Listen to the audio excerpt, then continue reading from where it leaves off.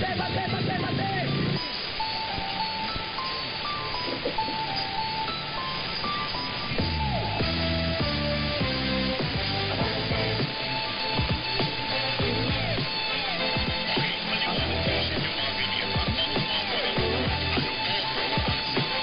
Magandang balita.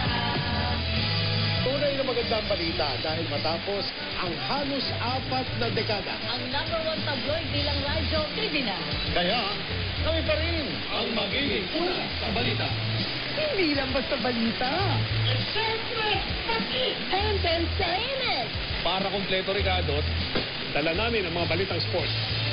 Abante ang best! Balita! Entertainment. Sports ko! Abante ang best. Una sa balita, entertainment, sports talk. Salamat at nandito kayo lahat. At ay tuloy-tuloy tayo. Practice tayo tayo sa ating naging next year. Thank you, thank you, thank you. Great here. Maraming salamat po. Ramdam namin ang inyong suporta at pagmamahal. See you next year.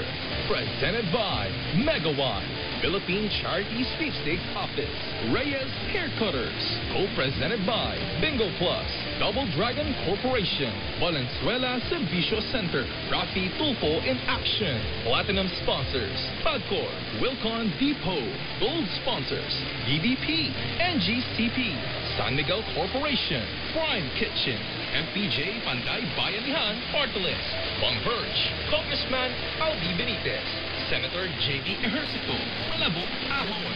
Silver sponsors, Congressman Toby Shanko, Mark Ventures Holdings Incorporation, El Sogo, Senator Vicente Sogo III, NIAC, Nickel Asia Corporation, Newport World Resorts, Shell, JTI, Senator Wind Changyang, GCash, JBL, Senator Alan Peter Cayetano, SM Investment, Senator Lisa Montiveros, Divina Law, Lingkod Caravan, Hole-in-One sponsors, Get Go Romcom, Abante Billionario Group, Media Partners, Tonight, Abante, DWAR Abante Radio, Pantero, Politico, Fast Break, Newsco, 1945 RNN, Billionario, Event Partner, Katandem Events Management.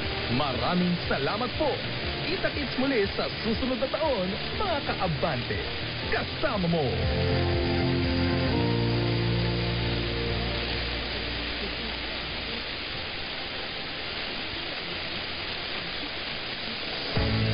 Susunod na ang point of order.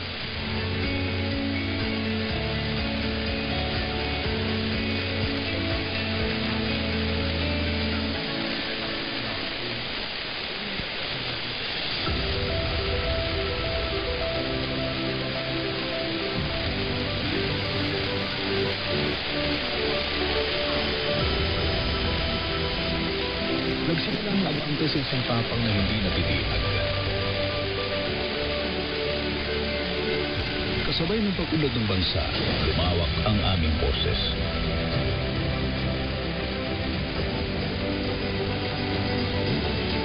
Sa bawat gabi, may balitang abot kamay.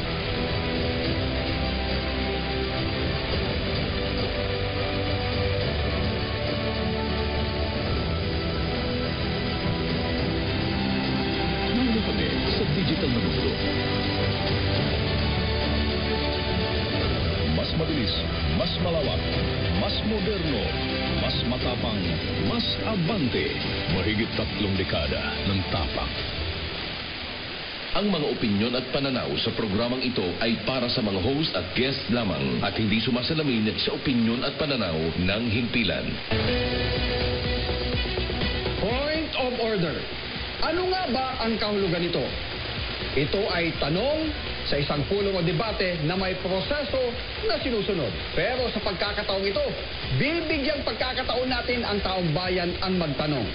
Abay, ano nga ba ang katotohanan sa likod ng bawat issue?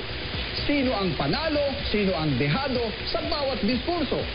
Ang mahalaga, mabigyang linaw ang usaping agaw atensyon sa publiko. Dexter Ganibi po, hayaan niyong dalhin ko kayo sa mga usaping dapat alam ninyo. Dito sa Point of Order,